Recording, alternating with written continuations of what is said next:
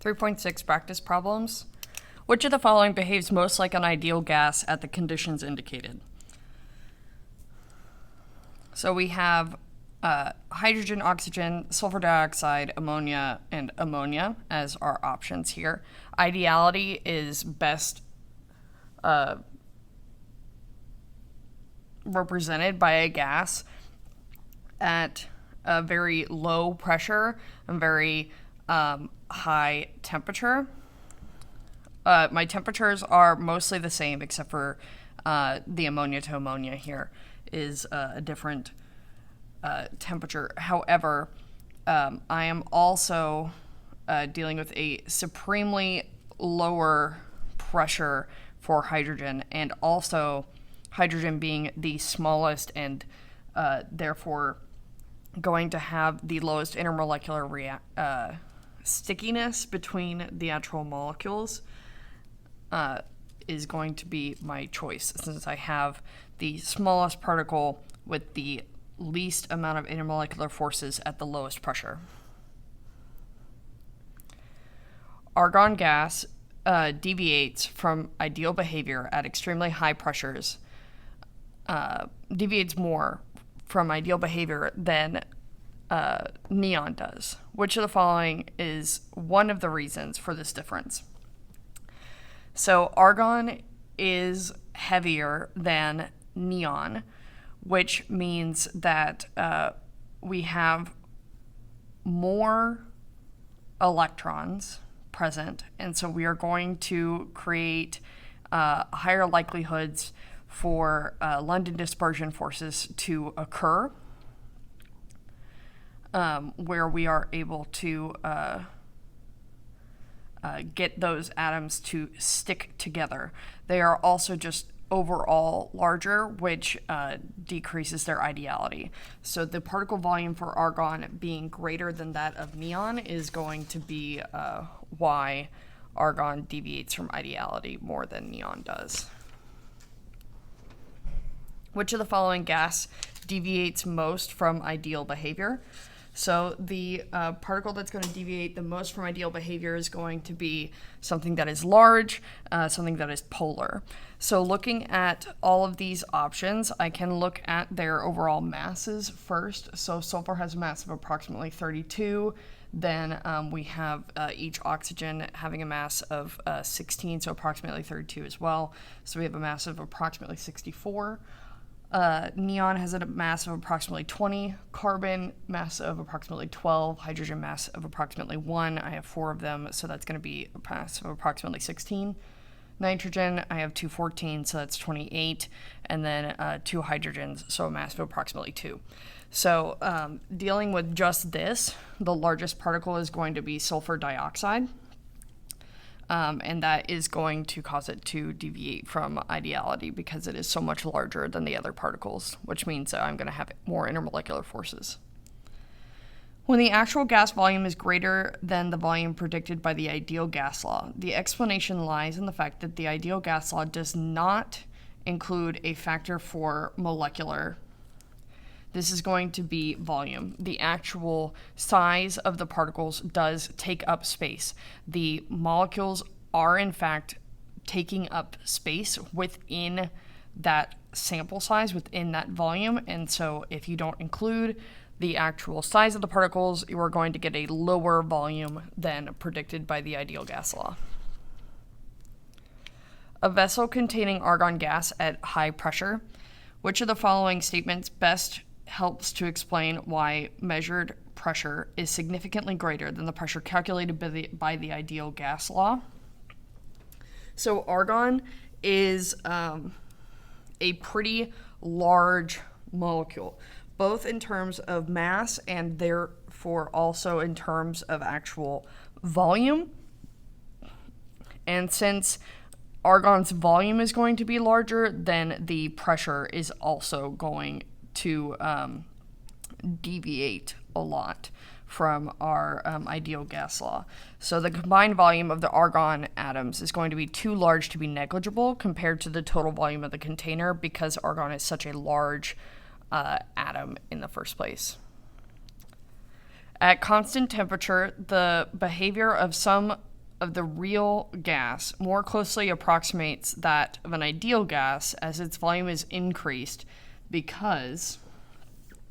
So ideality is basically relying on the gas molecules not interacting a whole heck of a lot together and not getting stuck together when they do interact. So we are not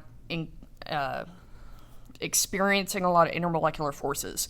So the greater the volume that we have for those molecules to run around inside of the container, the less likely it is that those molecules are going to stick together and show non-ideal behavior. And so the average distance between the molecules being greater is going to be our reasoning. If we have more space between the individual molecules, then they're going to run into each other less and therefore not experience that stickiness that causes non-ideal behavior.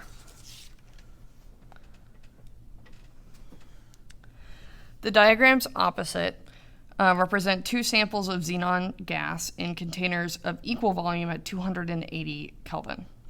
Which of the following correctly compares the two samples in terms of their deviation from ideal gas behavior and explains why?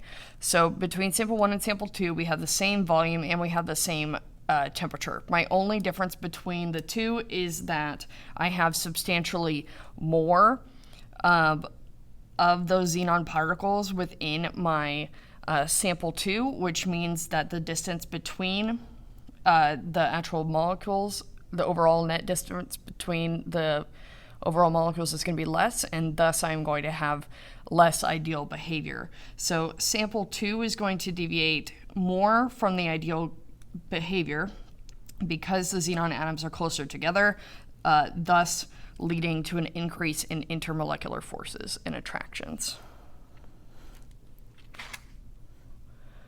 Which of the following best helps explain why the pressure of a sample of CH4, molar mass of 16 grams per mole, is closer to the pressure predicted by the ideal gas law than the sample of NH3 with a molar mass of 17? So our masses are approximately the same, and our overall size of the molecules are going to be approximately the same. However, CH4 is very much a nonpolar molecule. We both have a nonpolar symmetrical molecule, and we also have nonpolar bonds between carbon and hydrogen. However, we have a very polar bond between nitrogen and hydrogen, and then we also have that lone pair that is going to force the NH3, that ammonia, into a non-symmetrical shape and cause it to be polar in nature. Polarity means that we are going to have more intermolecular forces, more intermolecular attractions, and thus decrease ideality of those gases. So A is going to be my choice. NH3 molecules are polar, while CH4 molecules are not, and the greater attractions between the NH3 molecules cause the molecules to collide with the walls of the container with less force. Since they get stuck together, they do lose some of their energy to break away from those intermolecular forces, those intermolecular attractions, and thus I am not as energetic as I hit the walls of the container, and my pressure is different. So under which of the following conditions of temperature and pressure would 1 mole of the real gas of carbon dioxide behave most like an ideal gas? So ideality is best represented by something with a high temperature, so I'm going to eliminate everything with the lower temperature, and a low pressure. So that is going to be option choice C, that has the highest temperature and the lowest pressure, and therefore is going to best represent ideality.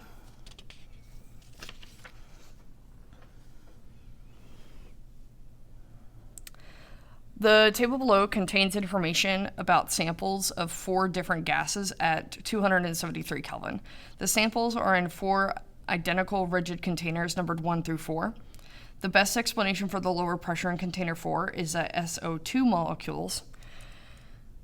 So as I am looking here, we have we don't know what this option here at 3 is, but we do have single molecule noble gases, very, very small particles here versus a very large molecule here.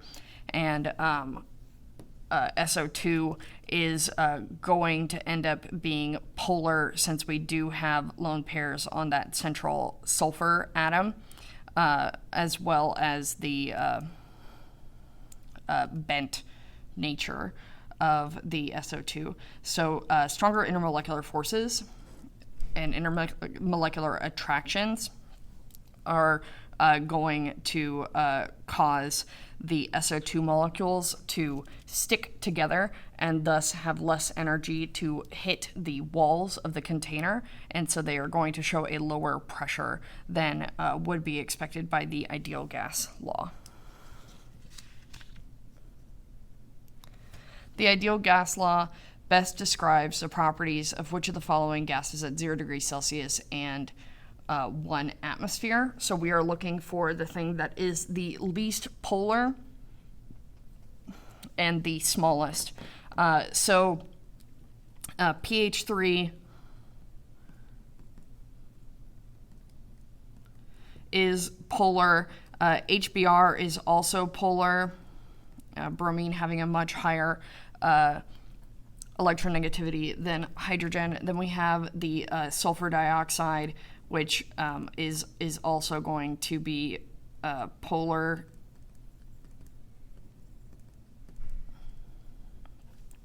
We have a bent shape here.